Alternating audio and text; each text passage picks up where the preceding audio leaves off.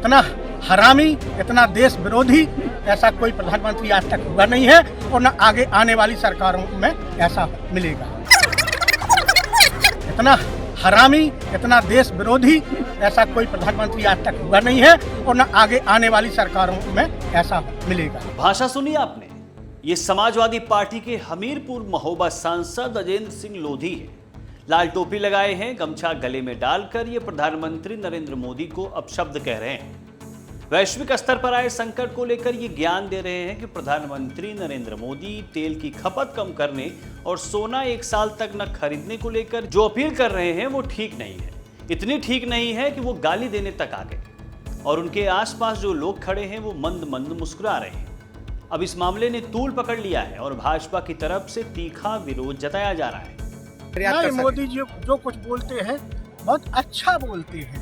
Petrol की खपत कम करें, है सोना ना खरीदें, विदेश की यात्रा करोड़ों में खर्च करें, है कितना न्याय है, कितना लोकप्रिय प्रधानमंत्री है।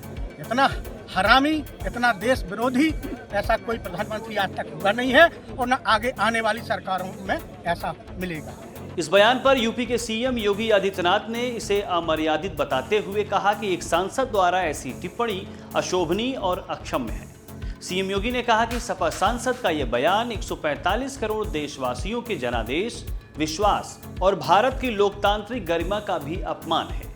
देश की जनता ऐसे अमर्यादित आचरण का उत्तर समय आने पर अवश्य देगी। आपको क्या लगता है कि विश्व के सबसे बड़े लोकतांत्रिक देश के प्रधानमंत्री को गाली देने की ताकत सपा सांसद में कहां से आई होगी? ये जो आसपास उनके 4 समर्थक दिख रहे हैं वहां से? बिल्कुल नहीं। भाजपा का कहना है कि लोगों को गाली देना, मारना पीटना और अमर्यादित काम करना ये सब सपाइयों का रूटीन का काम है। पीएम मोदी को अपशब्द कहे जाने के मामले में ओपी राजभर ने भी एक सोशल मीडिया पोस्ट में सपा के चरित्र को लेकर हमला बोला है। उन्होंने कहा है कि अखिलेश यादव लोगों का ब्रेन वॉश करने में माहिर है, इतना कि पाकिस्तान के एबटाबाद के मौलाना भी उनके सामने फेल है। राजभर ने कहा कि सपा में लोगों का ब्रेन वॉश किया जाता है।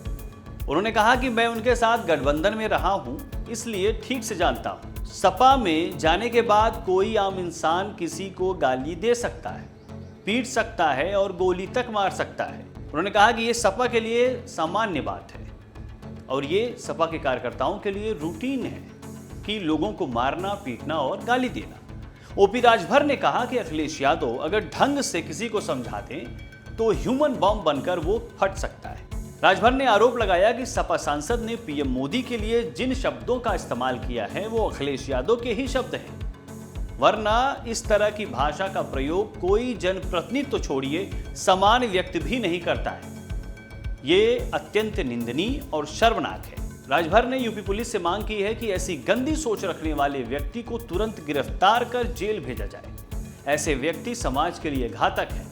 ओपी राजभर ने सपा प्रमुख अखिलेश यादव से माफी की मांग की है और कहा है कि अखिलेश यादव सार्वजनिक तौर पर माफी मांगे। फिलहाल पीएम मोदी पर अपशब्द को लेकर माहौल गरमाया हुआ है, लेकिन दूसरी तरफ इस तरह की भाषा के बाद भी सपा सांसद अजेंद्र सिंह लोधी उम्मीद कर रहे हैं कि 2027 में जनता उन्हें मौका दे देगी और सपा सत्ता में आएगी।